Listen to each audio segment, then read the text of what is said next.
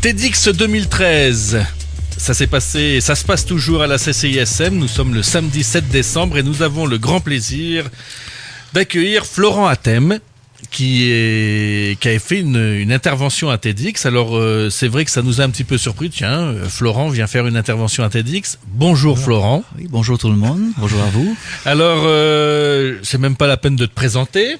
Ça ira beaucoup plus vite. Un des meilleurs guitaristes du Fénois, voilà. Voilà. Et alors, comment tu es arrivé dans TEDx ? Bien, Philippe Lemonnier, l'organisateur, m'a contacté. Je connaissais Philippe avant cet événement, donc il m'a aussi abordé par rapport à un point assez spécifique, c'est la petite technique de guitare que je développe depuis plusieurs années maintenant. Donc il m'a vraiment abordé pour ça, et c'est de là que j'ai suggéré que la musique c'était plus que de la technique. Au-delà de cela, il y avait la dimension relation humaine qui a toujours fait partie de l'expérience globale. Donc très naturellement, je me suis orienté vers ce sujet un peu plus général. Et donc voilà, j'ai pu aborder ce thème-là ce matin avec aussi d'autres, ponctués d'histoires assez marquantes, des petites anecdotes qui ont apparemment beaucoup plu.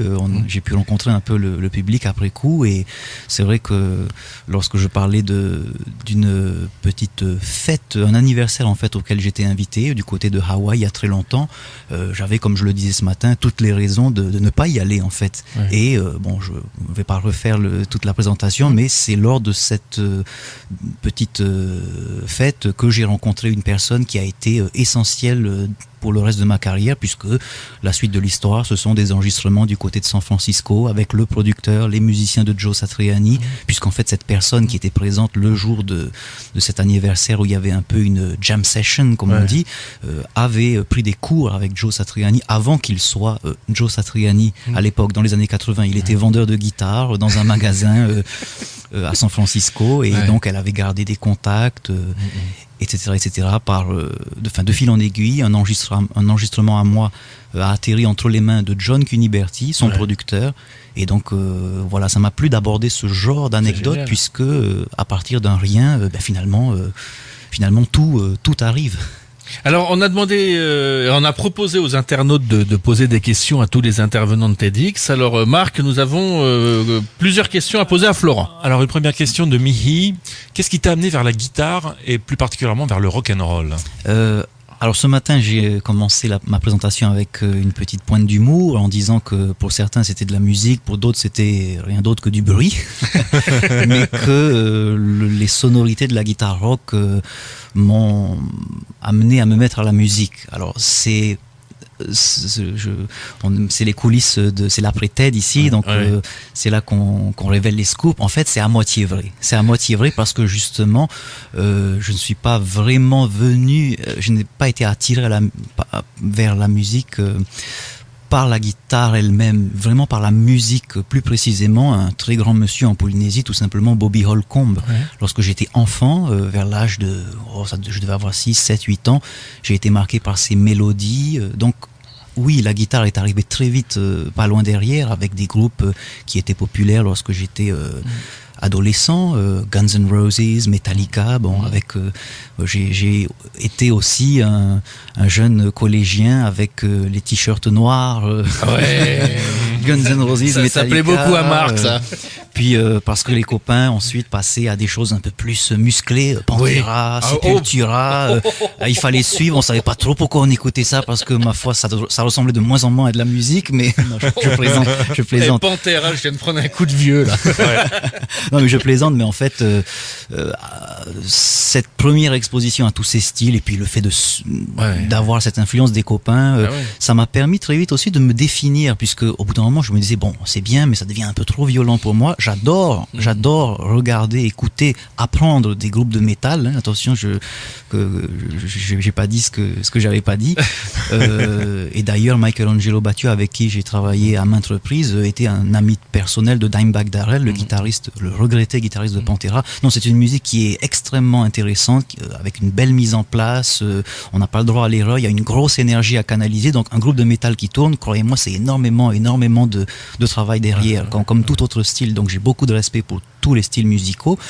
Mais voilà, personnellement, c'est là que Slash, peut-être, Kirk Hammett de Metallica, Slash des Guns N' Roses bien sûr, c'est là que la guitare m'a un peu plus particulièrement attiré. Donc ça s'est fait rapidement, mais j'ai quand même été attiré par des mélodies, par la musique, et je crois que ça se ressent aujourd'hui dans ma musique encore. Beaucoup de gens sont surpris lorsque je cite Peter Gabriel comme un artiste à qui je voue un véritable culte. J'aime beaucoup certaines jeunes chanteuses d'aujourd'hui, Lana Del Rey, Lorde. J'aime beaucoup les atmosphères qu'elles peuvent créer. Et puis bon, j'aime aussi me faire plaisir, me lâcher et jouer le plus de notes que je peux sur mon instrument. J'aime toutes sortes de choses, mais la musique est vraiment au centre de tout. Le maître mot, enfin mon message, c'est que la technique, c'est ce que c'est-à-dire c'est une technique, c'est un moyen, mais en aucun cas une fin. C'est un moyen d'expression, d'exprimer certaines choses, de créer une forme d'intensité peut-être dans un jeu de guitare, mais la musique ne se résume pas à ça du tout. Donc pour répondre à la question plus directement peut-être, la nature de l'instrument m'a toujours beaucoup plu. On peut le transporter facilement, cet instrument. Et puis après, si on passe à la guitare électrique, il y a encore plus de possibilités puisque on manipule un petit peu plus le son sur le plan électronique, même si ça reste une performance naturelle, mais on a des possibilités sonores encore plus accrues, et bon, tout ça m'a plu. Il y a qu'à regarder Jimi Hendrix, Joe Satriani, Steve Vai, Eric Johnson. Tous ces guitaristes ont vraiment créé un style et une identité reconnaissable entre mille, et c'est vraiment en fait l'objectif que j'essaie d'atteindre. Alors Florent est très bavard, donc il nous reste plus le temps que pour une seule question. Une question de Paul. Non, on peut poser des questions oui. T'as pas de questions oui/non? Non, j'ai pas de oui/non là. Ni oui ni non, on connaît pas ici. Donc Paul, ne souhaites-tu pas t'exporter pour booster ta carrière de musicien? Alors, c'est ce que j'essaie de faire depuis plusieurs années, et j'y arrive je suis assez content de ce que j'ai pu accomplir jusque-là. Récemment, c'est vrai que, à part quelques concerts sur le territoire où j'ai eu l'occasion d'inviter des gens que j'ai pu rencontrer à l'étranger, de manière générale, je suis un petit peu paralysé depuis 5 ans maintenant, puisque je termine en fait, là c'est une affaire de quelques mois, ma thèse de doctorat. D'accord. Donc en ce moment, c'est vrai que je vois plus mes bouquins que ma guitare, malheureusement. Du moins pas autant que je voudrais, mais j'essaie quand même d'entretenir, de m'occuper de certaines choses sur le plan carrière, avec notamment un salon musical, le NAMM Show. Chaque année, j'essaie de m'y rendre, de jouer là-bas. J'ai fait des séminaires, des concerts l'an dernier par rapport à la technique de guitare du slide picking du côté de Hawaï. Michelangelo était présent d'ailleurs. Il est arrivé en guest star surprise avec son batteur à la fin. Donc ce sont des moments assez intéressant. Et puis je travaille aussi quand même sur mon propre modèle à présent, sur Lippe Guitars, la marque de Michael Lippe, un luthier bien connu du côté de Los Angeles. Donc j'essaie de m'occuper de ce genre de petites choses, mais pour l'instant c'est vrai que ma priorité c'est ma thèse de doctorat. Et après oui, pour répondre à Paul, c'est ça, c'est dans les projets. Les portes sont quand même entrouverte, puisqu'avec cette technique de guitare, j'arrive à intéresser manifestement un certain cercle de musiciens, les guitaristes désireux de découvrir d'autres techniques. Donc voilà, je pense que dès que j'en aurai fini sur le plan universitaire, il y a beaucoup de pain sur la planche. J'ai juste une dernière question, mais ça va être rapide. Le sujet de la thèse? Alors je travaille en civilisation américaine, sur l'expédition Lewis et Clark, plus précisément sur les journaux de l'expédition. Lewis et Clark sont les premiers explorateurs blancs que Thomas Jefferson avait envoyés donc jusqu'au Pacifique, et c'est un peu ceux qui ont ouvert la conquête de l'Ouest. Donc voilà, j'ai compris d'ailleurs assez récemment que ce qu'ils avaient fait sur le plan géographique, sur le plan spatial, c'est peut-être ce que j'essaie de faire en fait, en tant qu'artiste en musique. On l'arrête tout de suite, il reviendra nous en parler de sa thèse. Merci Florent. Merci à vous.